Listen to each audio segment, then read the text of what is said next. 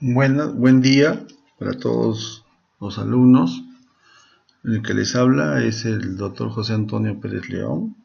Soy cardiólogo del hospital Rebagliati. Y bueno, ya muchos de ustedes me conocen. Y hoy día vengo a hablarles acerca del electrocardiograma. El electrocardiograma es una prueba que registra la actividad eléctrica del corazón que se produce en cada latido. Esta actividad se registra desde la superficie corporal, es decir, desde la piel, y se registra en un papel milimetrado. El aparato que registra esta actividad eléctrica se llama electrocardiógrafo. El electrocardiógrafo tiene 12 cables que los vamos a llamar de aquí en adelante electrodos. Cada electrodo tiene un posicionamiento determinado y están agrupados, valga la redundancia, en un grupo de 6 y un grupo de 4. Vemos en la imagen este grupo de 6, ¿sí? Van a ir colocados en la región del precordio, que lo vamos a ver más adelante, exactamente dónde va colocada cada uno de ellos. Y tenemos este grupo de 4 que van a ir colocados cada uno en la muñeca derecha, muñeca izquierda, tobillo derecho y tobillo izquierdo.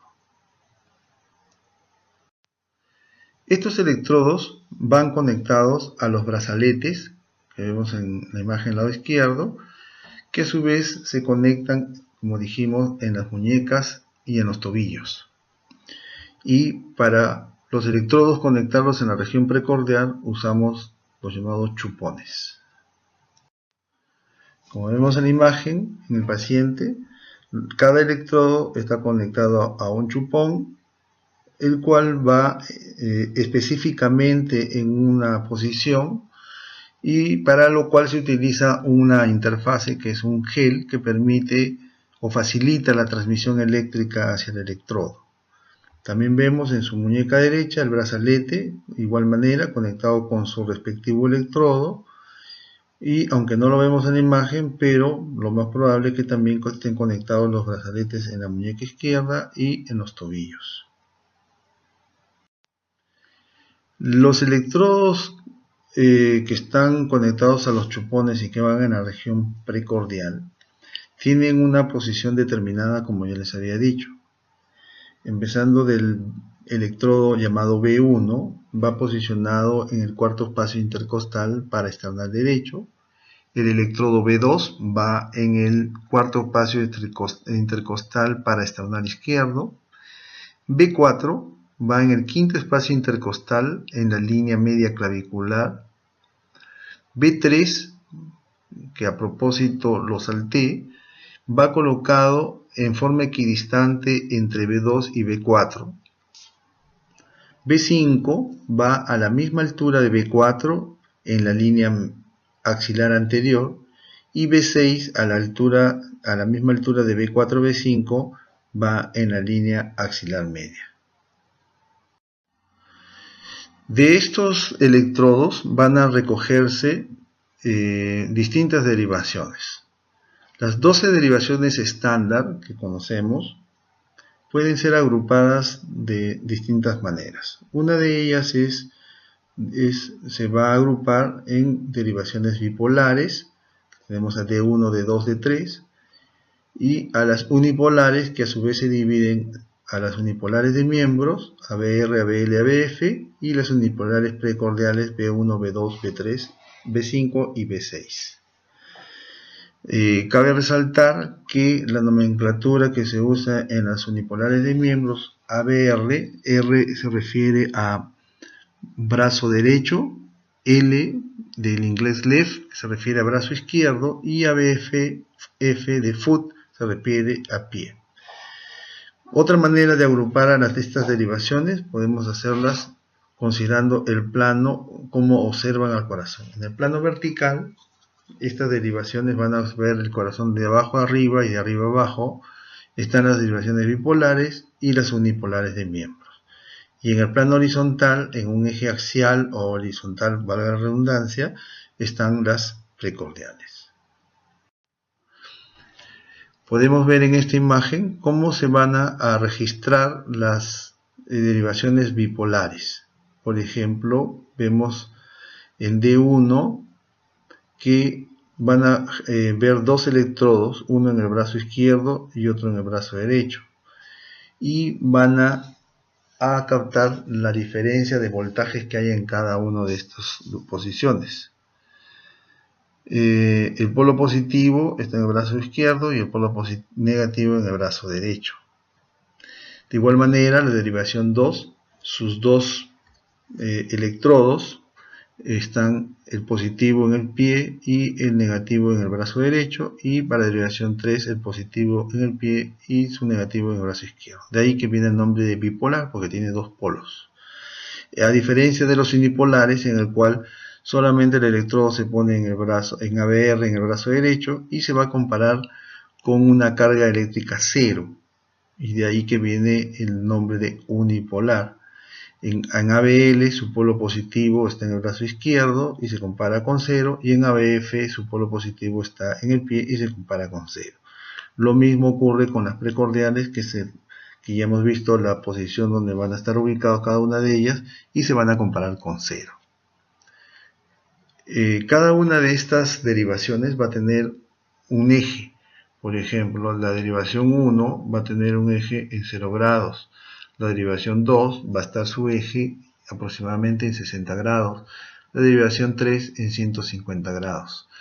ABR, ABL, ABF van a estar respectivamente a menos 150, a menos 30 y a 90 grados. Esto considerando que del eje horizontal hacia arriba los grados son negativos y hacia abajo se consideran positivos.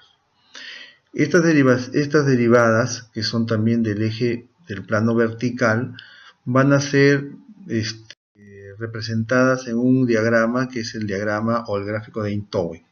El doctor Einthoven fue el que hizo el estudio de todo el registro electrocardiográfico y la actividad eléctrica del corazón, inventó el electrocardiógrafo, y eso fue el mérito para que le den el premio Nobel en 1924, premio Nobel de Medicina. Aquí vemos en el diagrama de Einthoven representadas las derivaciones del eje vertical, y vemos 1 en 0 grados, la derivación 2 en 60 grados, la derivación 3 en 120 grados. La derivación ABL en menos 30, ABR en menos 50 y ABF en 90 grados. Este diagrama Einthoven es importante para hacer el cálculo del eje eléctrico, que lo vamos a ir viendo más adelante. Aquí vemos en el eje horizontal las precordiales de B1 a B6, y en el eje vertical, por la parte superior, tenemos a D1, ABL, ABR, y en la parte inferior, viendo el corazón de abajo hacia arriba, tenemos la derivación 2, ABF y 3. Como ustedes recordarán en su clase de potencial de acción, veíamos que la célula, el miocito, tenía una carga negativa en su membrana y una predominantemente negativa, y positiva por la parte externa. Entonces, para generarse el potencial de acción, como ya hemos visto, intervenían múltiples electrolitos como el sodio, el potasio, el calcio. Esta despolarización se inicia en un punto de la membrana y se va a propagar a través de toda la membrana de la célula y a la membrana de células adyacentes. Por eso, si se acuerdan, hablábamos del sinsitio funcional. Esta propagación de este potencial de acción va a generar un vector de despolarización.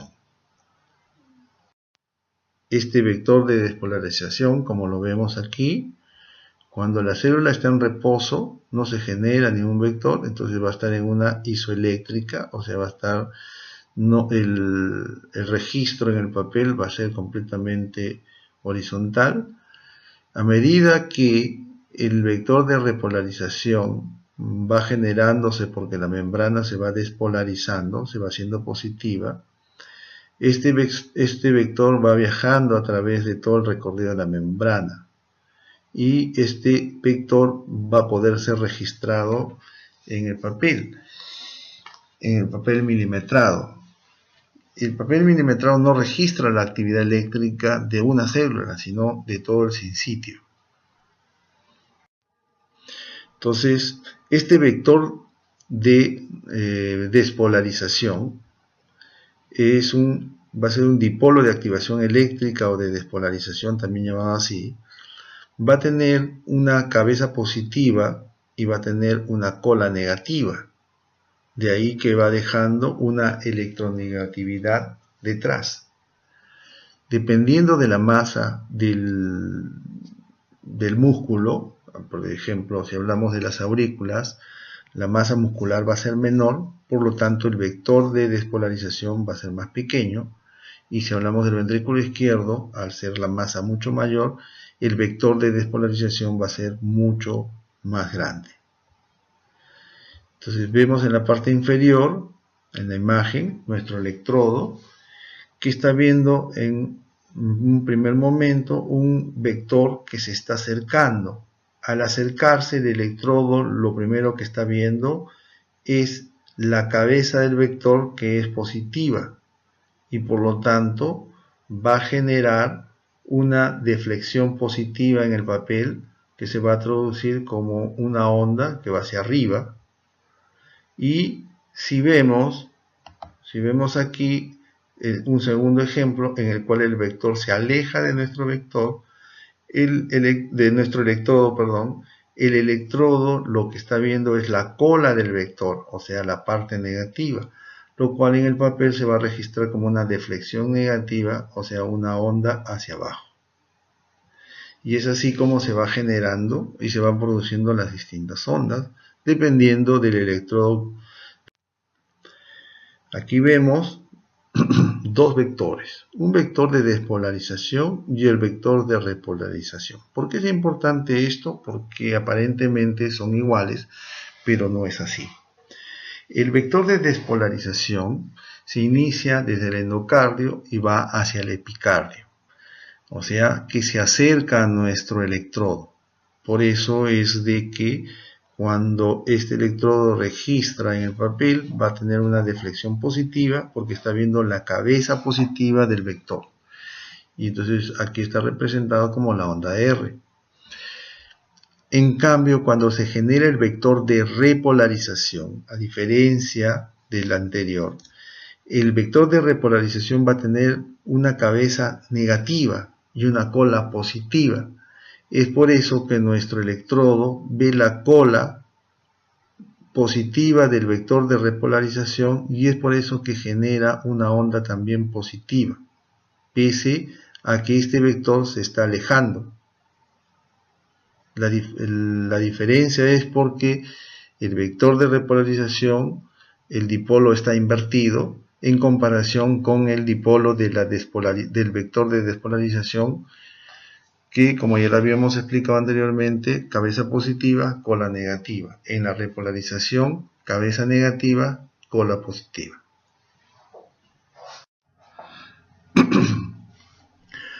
Vamos a ver, como dijimos, el papel milimetrado. El papel milimetrado, como su nombre lo dice, está formado por cuadraditos de 1 milímetro. Estos cuadraditos, a su vez, están agrupados en 5 cuadraditos horizontales y 5 verticales, los cuales nos van a dar un cuadrado más grande que está delimitado por una línea más oscura. ¿Sí? Cada cuadradito en el eje horizontal representa tiempo y cada cuadradito representa 0.04 segundos. Por eso es que 5 cuadraditos, o sea un cuadrado grande, representa 0.2, es decir, 5 por 0.04 nos da 0.2 segundos. 5 cuadrados grandes van a representar 5 por 0.2, van a representar 1 segundo. En el eje vertical representa el voltaje. Cada cuadradito representa 0.1 milivoltio, por eso que 10 cuadraditos van a representar 1 milivoltio. En este papel milimetrado van a registrarse las distintas ondas en el electrocardiograma. Van desde la onda P hasta la onda U en orden alfabético. P, Q, R, S, T, U. ¿Sí? Cada onda representa una parte del corazón, como vamos a ir viendo. Además de las ondas, también tenemos los llamados las partes o los segmentos isoeléctricos. Los segmentos no son otras cosas que el espacio que hay entre dos ondas. Y tenemos dos segmentos importantes, que son el segmento PR y el segmento ST. El segmento PR va desde el inicio de la onda P desde el final de la onda P hasta el inicio del QRS. Y el segmento ST va desde el final del complejo QRS hasta el inicio de la onda T.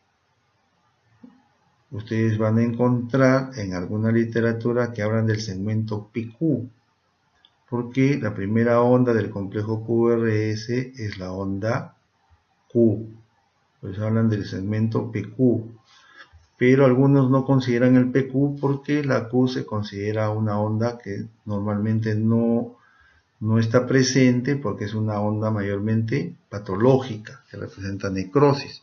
Por eso es que hablan del segmento PR.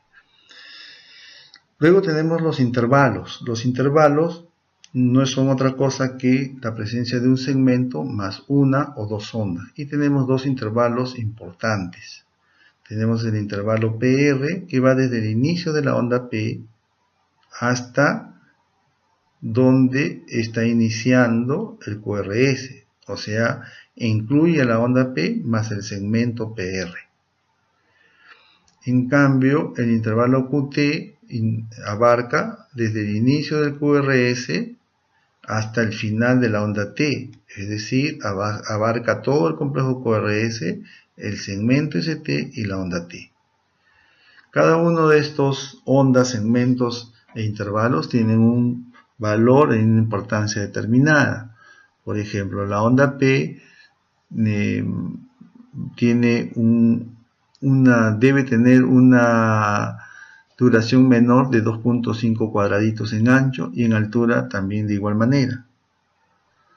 Si lo representamos en tiempo, hablamos de 0.10 segundos y 0.25 milivoltios.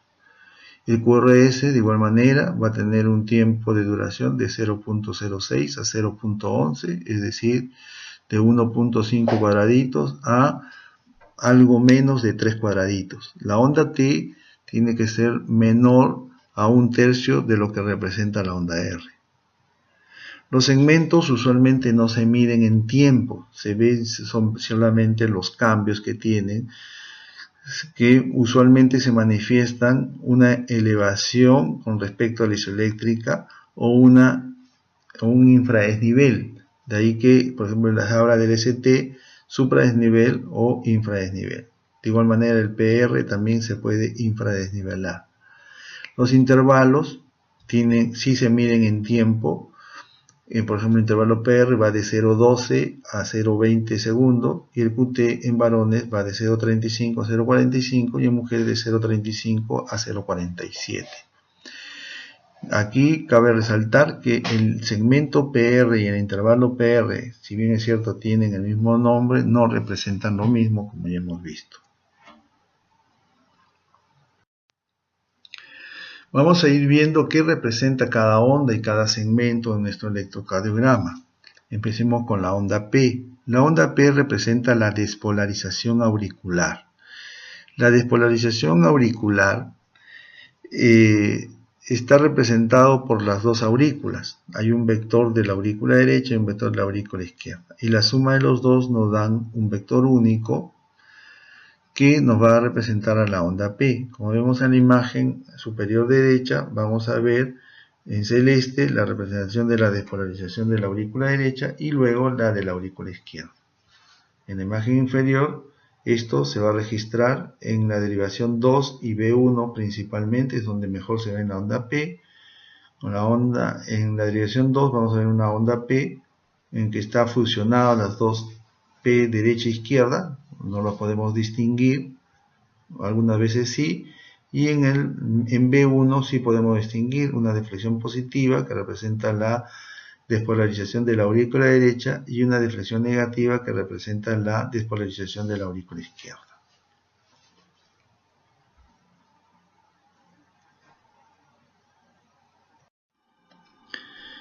El complejo QRS es la suma de tres vectores. No siempre están representados los tres componentes, algunas veces por superposición de vectores y otras veces porque usualmente la onda Q, como ya lo hemos dicho, suele ser una onda Q mayormente patológica, ¿sí? Asume formas distintas según la derivada que la observa. Representa la actividad eléctrica de los ventrículos, no solamente del ventrículo izquierdo, sino también del ventrículo derecho, como vamos a ir viendo. Como les mencionaba, el QRS está generado por tres vectores. Hay un primer vector de despolarización que corresponde a la reacción septal, se llama vector septal. El segundo, que representa de paredes libres, que es la suma de un vector que no está representado aquí del ventrículo derecho, más la suma del vector del ventrículo izquierdo, y da un vector resultante, que es el que estamos observando como el número 2. Y un tercer vector, que es el vector basal. Vemos en el siguiente ejemplo los tres vectores, el vector septal, y vamos a ver cómo lo registra en B1 y en B6. Por ejemplo, el vector septal, que está representado en color negro, vemos que se acerca a nuestro electrodo en B1 y por eso que vemos una deflexión positiva. Luego vemos un segundo vector, el verde de paredes libres, que se ve que se aleja de B1 y por eso es de que vamos a observar aquí el vector de color verde, vamos a observar una deflexión negativa y un tercer vector que es el vector de color amarillo de bases que también se aleja de B1, por eso es que se suma al del color verde y la onda de deflexión negativa se hace más profunda para luego llegar a la isoeléctrica. ¿Cómo lo ve B6? B6 está viendo el mismo fenómeno, pero de otra perspectiva. La derivada B6 ve primero una deflexión, el vector septal de color negro que se aleja de B6, por eso que lo ve negativo. Luego viene un vector que se acerca, que es el de verde, que está acercando, es un vector grande de mayor magnitud, por eso que da una onda positiva de mayor magnitud. Y por último vemos un vector de color amarillo que se está alejando y por eso que vemos una deflexión negativa al final, pequeña, porque es un vector más pequeño. Entonces es así como se va generando el electrocardiograma, se va registrando. Cada vector, cada derivada va viendo los vectores en distintas posiciones o en distintas... La onda T va a representar la repolarización de los ventrículos. Acuérdense que después de la despolarización, que es el QRS, viene la repolarización. El segmento PR, que está después de la onda P, va a representar dos cosas. Primero, una pausa que el nodo AB va a producir y también va a representar la actividad mecánica de la aurícula, o sea, la contracción. Acuérdense que después de la actividad eléctrica, que representa la onda P, viene la actividad mecánica. Y la actividad mecánica están representados en los segmentos, para la aurícula en el segmento PR. ¿Y por qué esta pausa es importante? Porque es importante cuando la aurícula se contrae, el impulso todavía no llegue al ventrículo para que el ventrículo esté relajado y de esa manera pueda llenarse. ¿Sí? El segmento ST representa la actividad mecánica de los ventrículos, o sea, la contracción de los ventrículos. Acuérdense que el ascenso o descenso de este segmento muestra la injuria miocárdica en un proceso de un infarto, como vamos a verlo más adelante. Entonces, con todo introducción, por decirlo de alguna manera, vamos a ver cuáles son los pasos que debo seguir para leer un electrocardiograma. Número 1, debo verificar si el electrocardiograma está bien tomado. Para eso tengo que tener 3 principios básicos. Primero, ver que la velocidad en la que se registra tiene que ir a 25 milímetros por segundo. El voltaje tiene que estar representado 10 milímetros por milivoltio. Y tercero, si los electrodos han estado bien colocados, lo cual lo veo en la derivación de 1 y que sea positivo el QRS y que sea negativo en ABR. Si no es así, tengo que verificar que mis electrodos estén bien posicionados, porque es muy frecuente que a veces el electrodo, por ejemplo, que debe ir en el brazo derecho, lo pongan en el lado izquierdo, o viceversa, o los del pie lo pongan en las muñecas.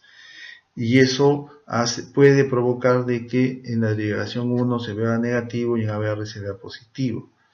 Debemos recordar que normalmente, ¿por qué se ve en 1 positivo? Porque el eje eléctrico se va hacia la izquierda y entonces ABR ve que se está alejando del brazo derecho y ve que se acerca hacia el lado izquierdo, por eso que 1 lo ve positivo.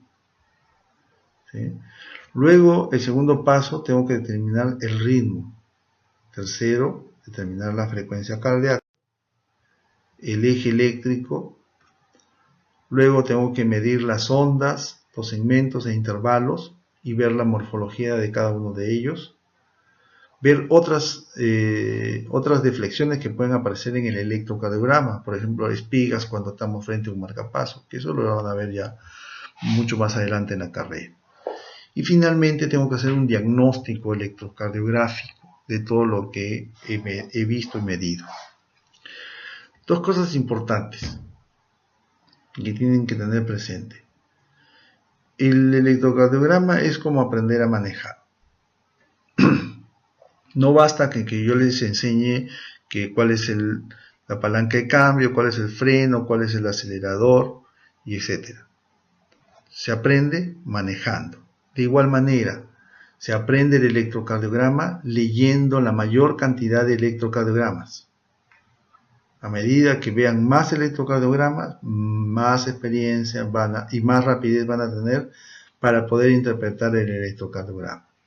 Segundo, conocer los criterios diagnósticos de cada patología para una buena interpretación, porque hasta aquí estamos hablando lo normal. Luego vienen las anormalidades, entre ellas las arritmias, los infartos, etcétera, etcétera. Entonces vamos a ver algunos electrocardiogramas patológicos y con el primer ejemplo vamos a explicar cómo determinar el ritmo. Vamos a ver si está bien tomado o no, determinar el ritmo, la frecuencia cardíaca, el eje y etcétera. Entonces vemos en este primer electrocardiograma y vamos a determinar si está bien tomado o no. Para eso tenemos que ver primero el voltaje, 10 milímetros por milivoltio. El papel en el cual se registra el electrocardiograma aquí nos informa que está bien tomado. De otra manera también nos está informando con esta barrita. Esta barrita mide 10 milímetros. Si mide 10 milímetros nos está diciendo lo mismo que nos ha dicho aquí, 10 milímetros por milivoltio. Luego viene la velocidad, ¿sí? 25 milímetros por segundo, que es 2 criterios son importantes para determinar que está bien tomado. Hasta aquí todo está bien. Tercero, tenemos que determinar que en la derivación 1 sea positivo.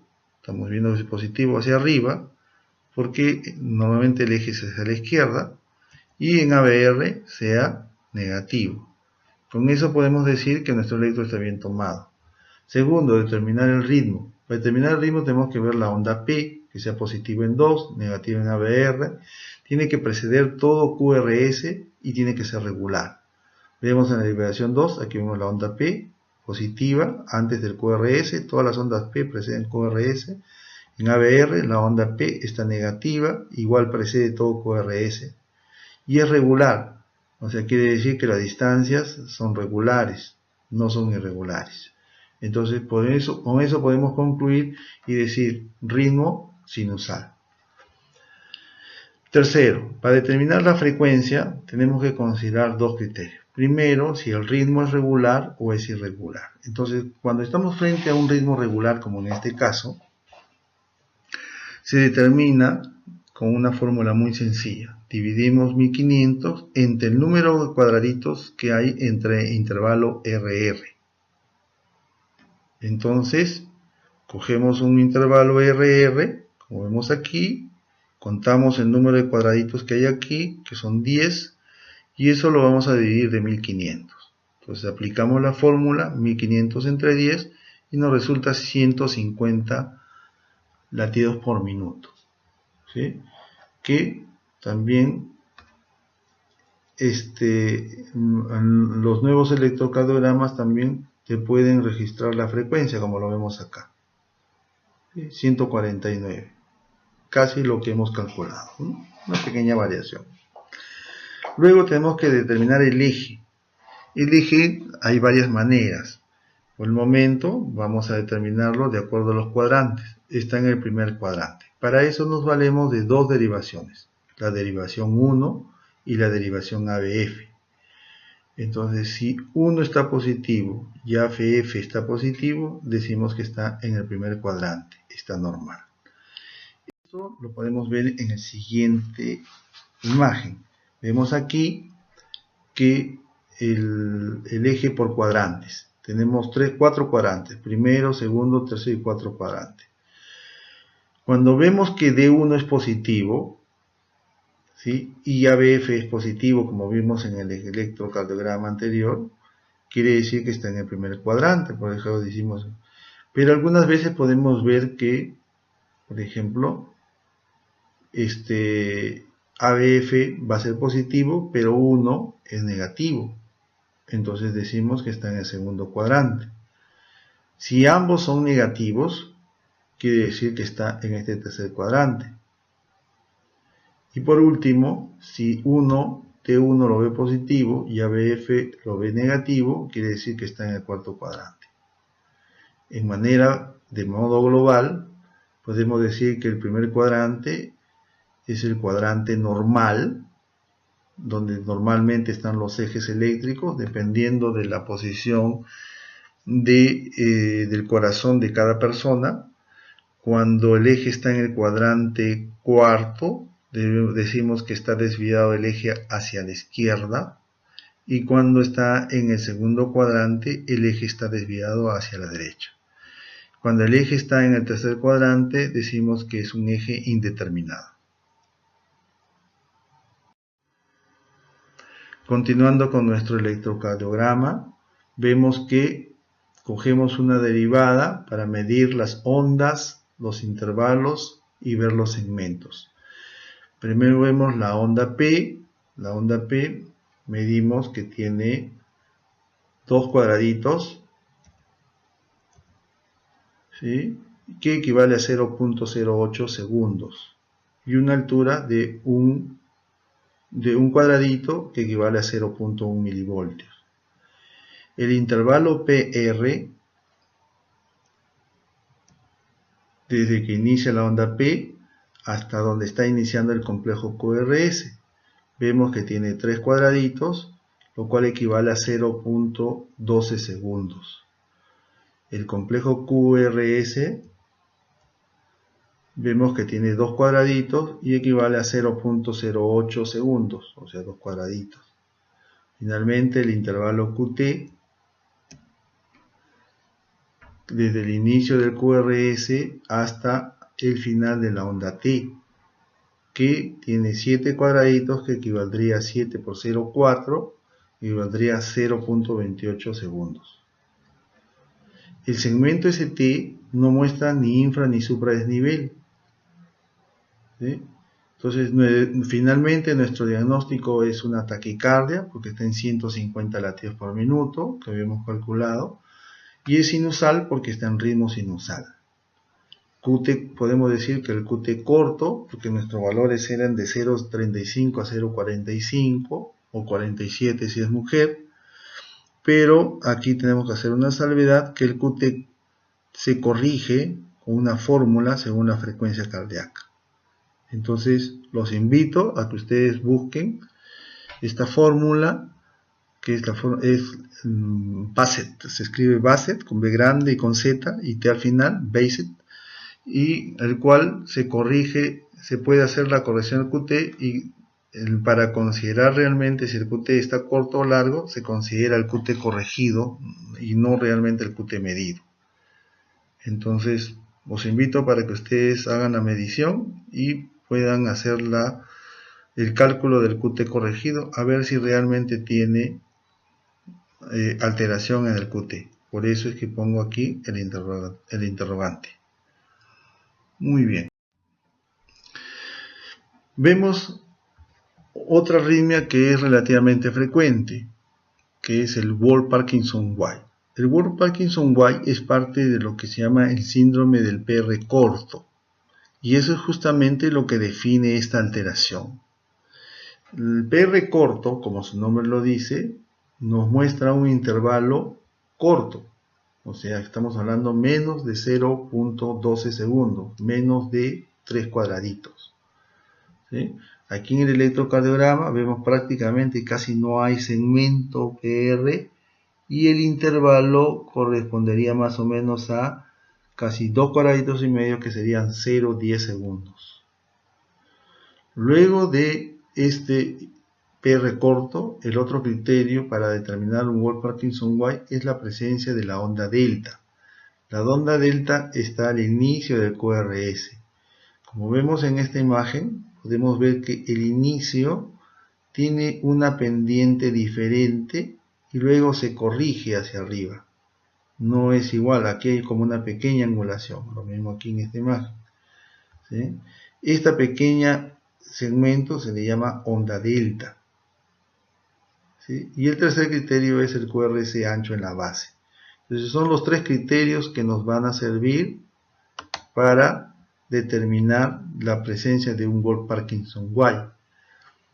El Wolff-Parkinson-White es si bien es cierto, es un síndrome de PR corto, pero el mecanismo por el cual se produce es por una reentrada, y ahorita voy a pasar a explicarles.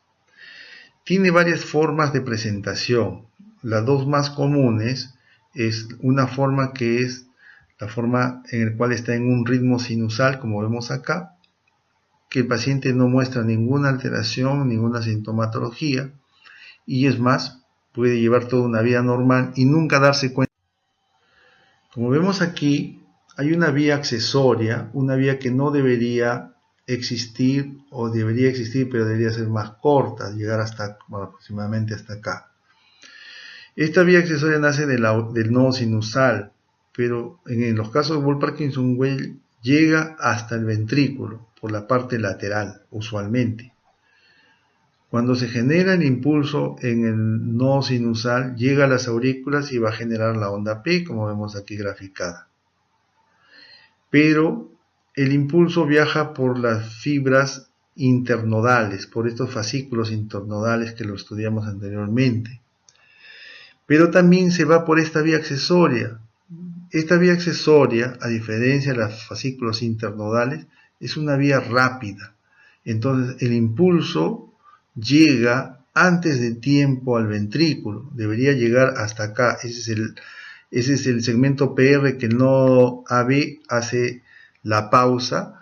Esa pausa prácticamente desaparece y el ventrículo empieza a contraerse antes de tiempo en esta parte lateral, que está representada por ese segmento con líneas, ¿sí? Y eso hace de que se empiece el QRS antes de tiempo. Pero como el impulso se transmite por el músculo y no por las fibras, el impulso va más lento. Y al ir más lento, por eso es que la pendiente se hace más lenta. Luego, cuando ya se está despolarizando, el impulso ya llega por el haz de Higgs y de ahí por eso es que se corrige y se despolariza ya normalmente. y nuevamente se va repitiendo. ¿Sí? El que comanda el ritmo aquí es el nodo sinusal. En algún momento esta reentrada, así se llama, es una reentrada aurículo-ventricular, cambia de dirección. Y al cambiar de dirección, el impulso que venía por el haz de His y que se detenía, como veíamos en la primera imagen aquí, ¿sí? Con el encuentro con la parte del ventrículo que ya se estaba despolarizando, continúa e ingresa hacia la aurícula por esta reentrada. Y como esta reentrada es una vía rápida, rápidamente se da la vuelta y otra vez está despolarizando al ventrículo. Y es así que se empieza a generar una seguidilla de complejos QRS, pero ya sin presencia de onda P. Ya no hay la onda delta, también desaparece. ¿Por qué? Porque ya no se está produciendo este mecanismo, y de ahí que los complejos QRS se hacen más angostos, a diferencia de este que era más ancho. Entonces puede tener una forma, como vimos, en un ritmo sinusal, pero alguno de estos personas que tienen esta vía accesoria, el 5% de ellos pueden desarrollar fenómenos de taquiarritmias. Otra arritmia que es frecuente es la taquicardia paroxística supraventricular.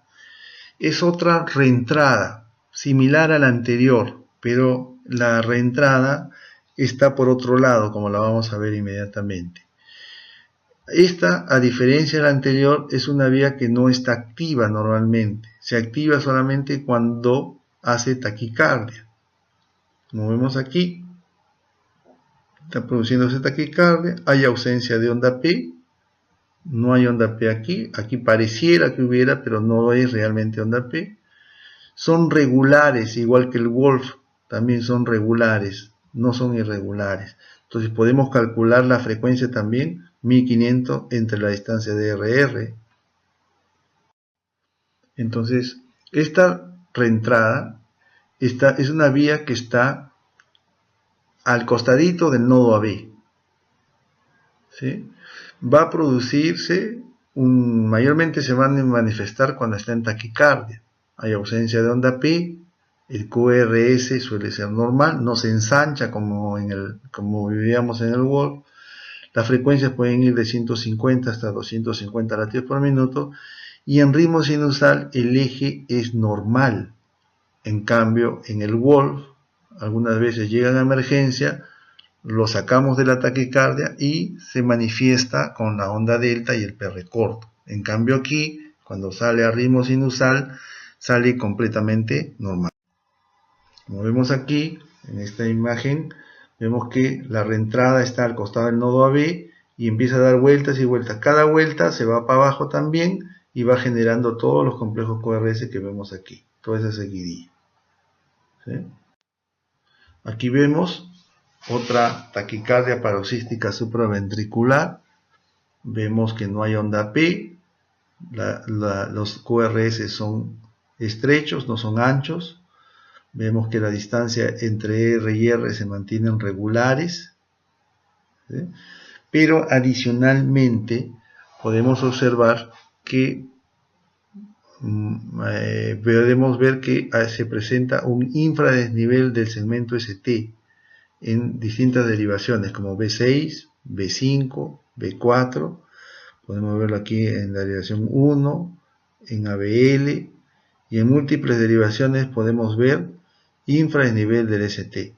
Eso quiere decir que hay una injuria suendocárdica. Y les dejo abierta la pregunta: ¿por qué se está injuriando si está haciendo una taquicardia paroxística supraventricular con una frecuencia que aproximadamente está llegando a 220 latidos por minuto? Otra arritmia frecuente es el flúter atrial o flúter auricular. El flúter tiene un mecanismo similar al anterior, que es la reentrada. La diferencia es que esta es una reentrada auricular y no es una reentrada, como veíamos, aurículo-ventricular. Aquí el impulso eléctrico empieza a dar vuelta alrededor de la reentrada que está en la aurícula, y cada una de estas vueltas va a generar una onda que se llama la onda F. Después de 1, 2, 3, 4, 5 o 6 vueltas, dependiendo del flúter que presente la persona, el impulso se va hacia abajo entre las de Higgs y va a generar un complejo QRS. Entonces vamos a ver que va a haber ausencia de onda P, las ondas F que son característicos en forma de serrucho, como lo vemos aquí. Las distancias de RR son regulares usualmente, como vemos aquí, las distancias de RR son regulares, podemos utilizar la fórmula de 1500 entre el número de cuadraditos. Vamos a ver de que la frecuencia cardíaca puede llegar hasta 300 latidos por minuto o ser submúltiplos de 300, dependiendo del número de vueltas que dé en aurícula. ¿Sí? A medida que da menos vueltas, menos ondas F. A medida que da más vueltas, más onda F. Pero lo que se ve usualmente que la frecuencia está determinada por submúltiplo de 300. 300 es lo máximo, luego viene 150, 100, 75, 60, 50, submúltiplos de 300. Entonces, eso es un aproximado, tampoco no es exacto. Como vemos aquí, la frecuencia más o menos está en 1, 2, 3, 4, 5 cuadrados grandes por 5,25 y un chiquito sería más o menos 58 latidos por minuto. Entonces, aproximadamente, como digo, submúltiples de 300. Luego vemos la fibrilación auricular, o es la arritmia más frecuente de todas las arritmias. Y es la que más complicaciones nos va a dar y nos da en la práctica diaria.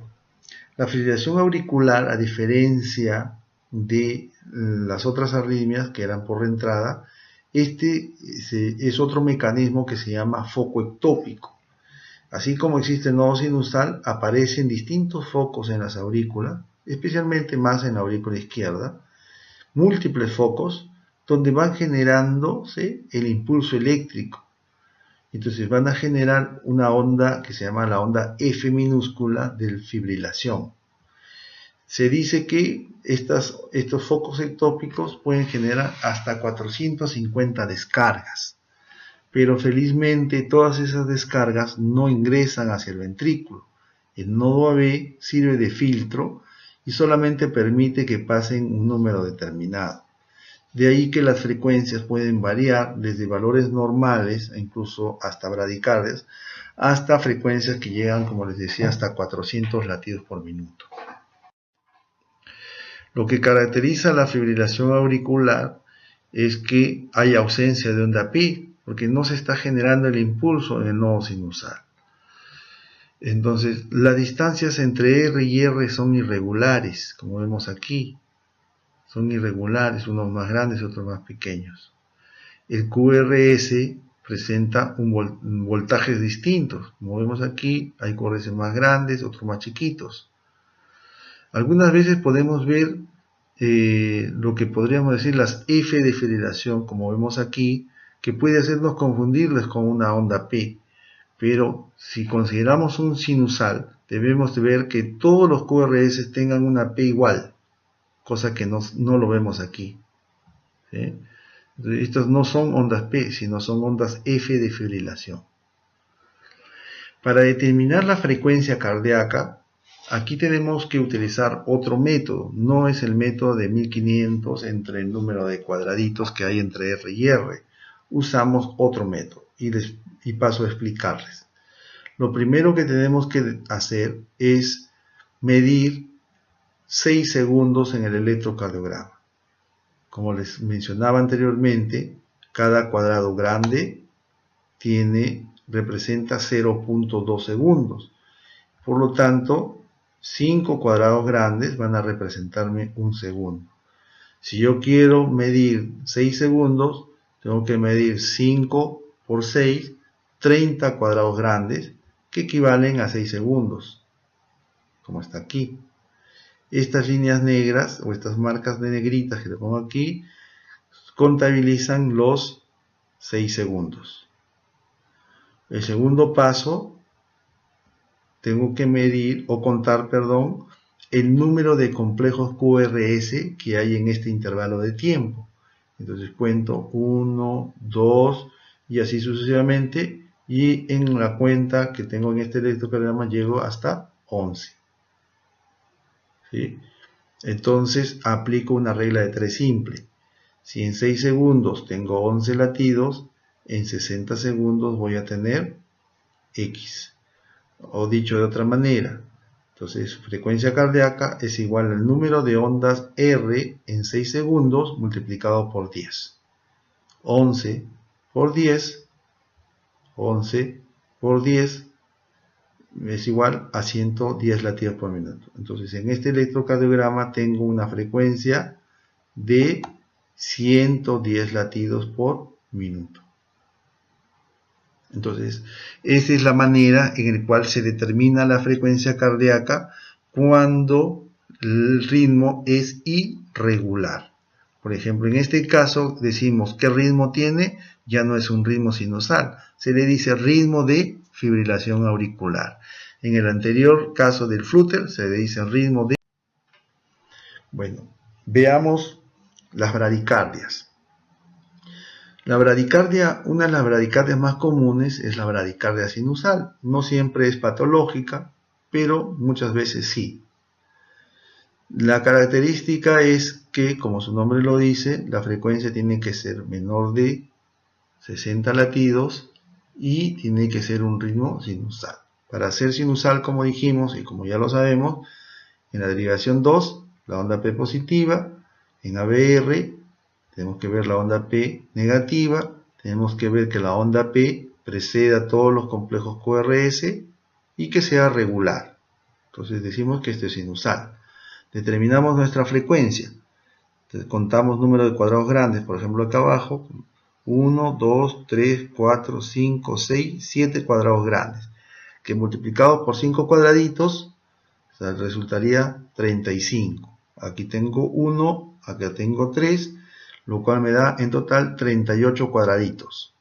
Como es regular, puedo aplicar la fórmula de 1500 entre el número de cuadraditos. O sea, 1500 entre 38 me va a dar 39 latidos por minuto. Entonces, presencia de onda precede todo QRS, positivo en 2, negativo en ABR, sinusal.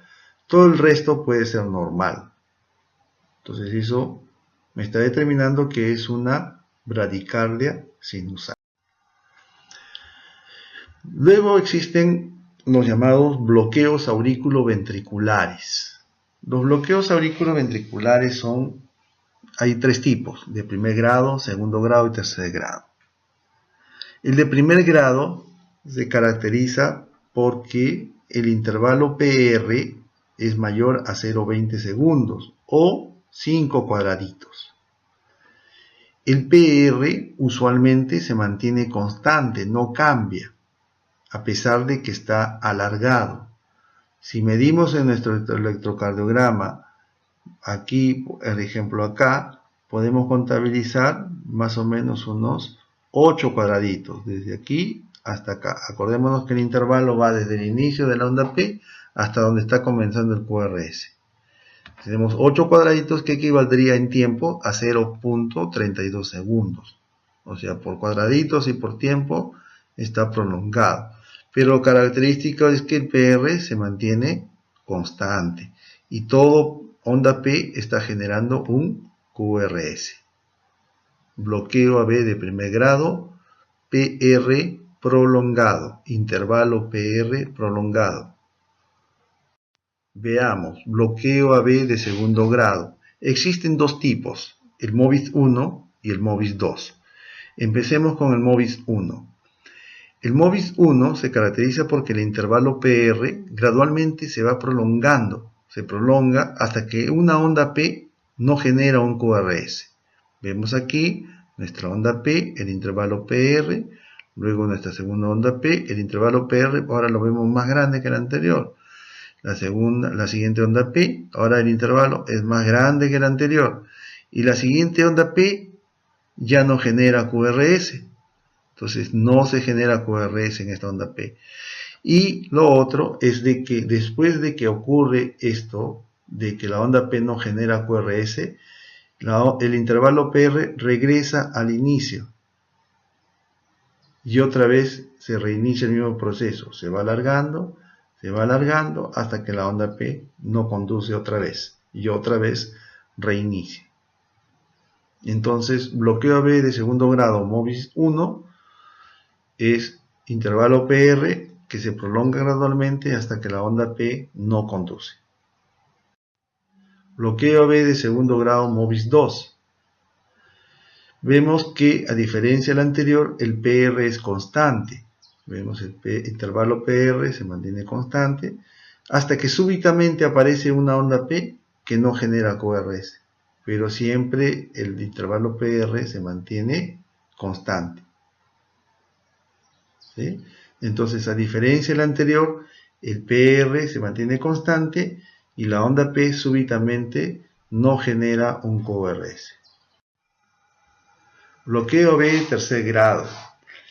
El bloqueo B tercer grado, si bien es cierto, se le dice bloqueo aurículo-ventricular, no siempre el bloqueo está en el nodo AB, puede ser más abajo o puede estar en el mismo nodo AB, puede estar en el haz de His o en la fiebre de Purkinje. Bueno, primero va a haber una disociación aurículo-ventricular. ¿Qué cosa quiere decir esto? Que las aurículas van a tener una frecuencia diferente a las frecuencias de los complejos QRS, es decir, del ventrículo. ¿Por qué? Porque se ha bloqueado la comunicación entre aurículo y ventrículo. Entonces la aurícula va a generar su frecuencia de no sinusal, por eso es que hay presencia de onda P. Y el QRS va a generar el complejo, va a mandar la frecuencia inmediatamente por debajo donde se produce el bloqueo.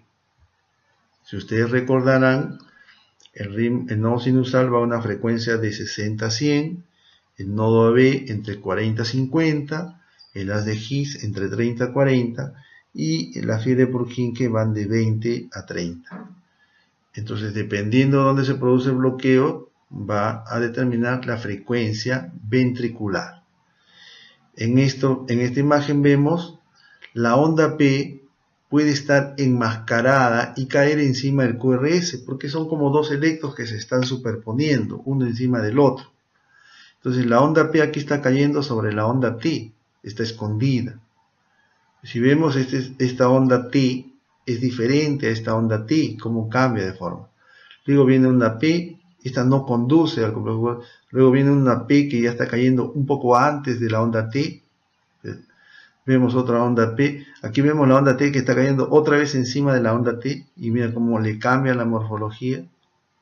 La siguiente onda P está cayendo casi encima del QRS.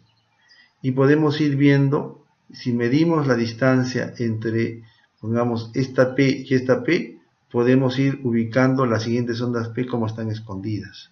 Porque se mantienen a una misma distancia, son regulares. Aquí vemos la onda P escondida, aquí también.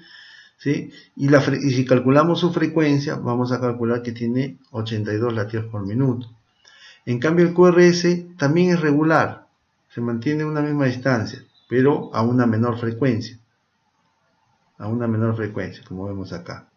Entonces eso nos está indicando de que los dos están disociados. La aurícula va por un lado a una frecuencia diferente, que está comandado por el nodo sinusal, y en este caso, por la frecuencia que tiene los QRS, que son 50, está comandado por el nodo AB, pero está bloqueado el nodo AB, pero inmediatamente por debajo está comandando el ritmo ventricular. Entonces la aurícula lleva el ritmo sinusal, el ventrículo el ritmo debajo del bloqueo, y la bradicardia con disociación auricular. Luego vamos a hablar de los bloqueos de ramas. Como ustedes recordarán, el haz de His se divide en rama derecha e izquierda, y estas ramas pueden bloquearse. Entonces empecemos con la rama izquierda. Cuando se bloquea la rama izquierda, el impulso se va por la rama derecha, y del ventrículo derecho se generan vectores que van a ir, pero que no se transmiten por el haz de His, sino por el mismo músculo. y esto va a generar que la morfología del complejo QRS cambie. ¿En qué derivadas va a cambiar principalmente? En las derivadas izquierdas. Aquí tenemos en el lado izquierdo 1 ABL B5 B6, que están viendo la parte lateral izquierda del ventrículo izquierdo.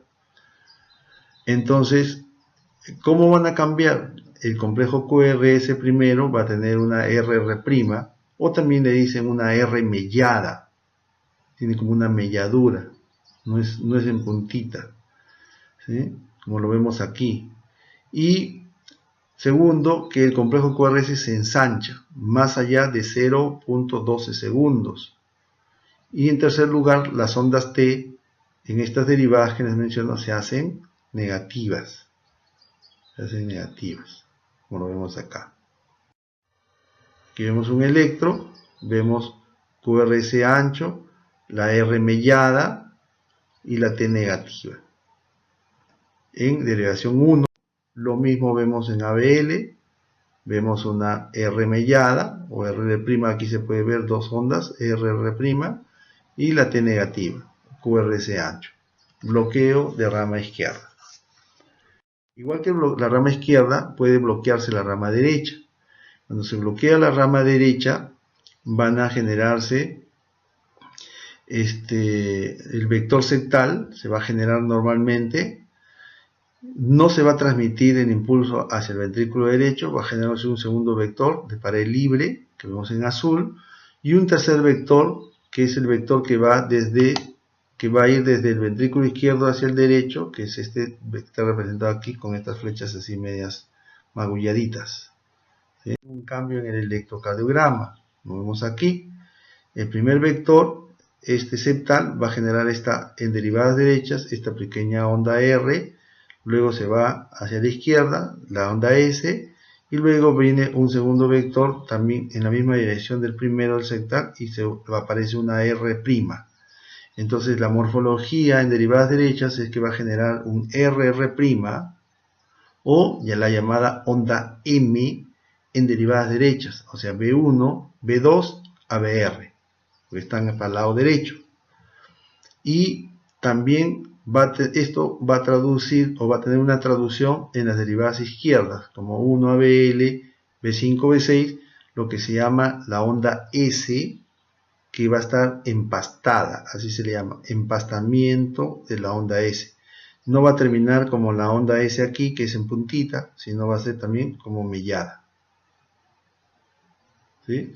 El complejo QRS usualmente se hace más ancho, también mayor de 0.12 segundos, y las ondas T se hacen negativas. Aquí vemos la onda R, R pequeña, R grande, RR', T negativas, complejo QRS ancho. Aquí vemos mejor la onda M, ¿sí? Y las T negativas, complejo QRS ancho, o sea, mayor de 0.12 segundos. Bueno, hablemos de los cambios que se producen en un síndrome coronario agudo. El síndrome coronario agudo tiene varias formas de presentación. Tenemos la angina inestable, el infarto suendocárdico o IMANO-Q y el infarto transmural, también llamado epicárdico o IMA-Q. Cuando se produce una angina inestable, estamos frente a una placa ateromatosa que se rompe, se forma un coágulo. Este coágulo obstruye parcialmente el lumen o puede ser un coágulo que obstruya totalmente, pero debe durar menos de 20 minutos. Aquí no hay necrosis, pero puede haber isquemia, puede haber injuria. Cuando este coágulo obstruye por más de 20 minutos, usualmente 1 a 2 horas, y predomina en la zona suendocárdica, estamos frente a un infarto suendocárdico o IMA-No-Q. Se le dice no-Q, ¿por qué? Porque no va a aparecer la onda Q. Cuando el coágulo obstruye totalmente y dura más de 1 a 2 horas, usualmente hasta 6 horas la obstrucción o más, y la zona que más se afecta predominantemente es la zona epicárdica, estamos frente a un infarto transmural, epicárdico o IMA-Q. Entonces, un poco, resumiendo lo anterior, tenemos el síndrome coronario agudo. De acuerdo al electro, determinamos si es un ST elevado o ST no elevado. O sea, quiere decir que el ST no se eleva. puede no elevarse o puede infradesnivelarse. Cuando el ST se eleva, si lo dejamos evolucionar, va a terminar en un infarto transmural o un IMAQ o epicárdico, y el ST no elevado puede ir hacia una angina inestable o puede ir hacia un infarto subendocárdico o un IMA no Q. Como vemos en esta imagen, la lesión principalmente está en la zona epicárdica, en la parte más externa del músculo, y mayormente cuando hay un síndrome coronario tiene tres tipos de manifestaciones. Vamos a tener una zona que es una zona necrótica, más afuera una zona injuriada o lesión, y más afuera una zona isquémica. A medida que avance el tiempo, la zona infartada va a ir creciendo hasta atravesar toda la pared. ¿Sí? Entonces, ¿cómo se representa en el electrocardiograma? La zona de lesión se va a representar por un supradesnivel, cuando la zona infartada con la presencia de onda Q. A medida que crece la zona infartada, la onda Q va a ir creciendo. Y la zona isquémica representada por la onda T negativa. Entonces, estas son las zonas de manifestación de un infarto epicárdico que va a terminar como IMAQ o transmural porque va a atravesar toda la pared. ¿Sí? Aquí vemos en el electrocardiograma, podemos ver en la derivación B1, B2, como el ST se ha supradesnivelado, y aquí vemos más groseramente en B3 y llega a comprometer discretamente B4. Estamos frente a un infarto de acuerdo a la localización que ya hemos visto anteriormente, un infarto anteroseptal. ¿Sí? Aquí vemos también ya la presencia de onda Q y las T que ya se están haciendo negativas. A medida que va avanzando el infarto, se van manifestando todos estos cambios que hemos visto. A diferencia de una lesión o injuria endocárdica, aquí vamos a tener un área de lesión o injuria que está representada por azul, que se va a traducir mayormente como en cuando la lesión predomina en la zona endocárdica como un infradesnivel. Y en las zonas periféricas vamos a tener las zonas isquémicas, que en este caso también está representado como una T negativa. Aquí van a aparecer zonas necróticas, pero la necrosis se va a delimitar en esta zona, en la zona endocárdica, no va a atravesar toda la. Vemos aquí claramente un infradesnivel del ST con presencia de ondas T negativas y cambios difusos, B3, B4, B5. Lo que cabe resaltar es que el infradesnivel no se corresponde, en el electrocardiograma, no se corresponde con la cara donde se está produciendo el infarto. Entonces, en otras palabras, podemos tener, por ejemplo, como aquí, compromiso de B2, B3, B4, B5, B6, pero sin embargo, la arteria comprometida puede ser una que esté irrigando la cara inferior y el infarto se está produciendo en la cara inferior. O sea, cuando hablamos de infartos endocárdicos, no hay una correlación entre la cara y el electrocardiograma, pero sí se correlaciona con los ST elevados. Por eso que decimos infarto anteroseptal, ST elevado. En los infartos aquí decimos simplemente es un ST no elevado y IMA Q. No mencionamos. Se observa infradesnivel asociado a ondas T negativas. La lesión endocárdica en el electrocardiograma no tiene relación con la cara del corazón que se está infartando. Eso es importantísimo.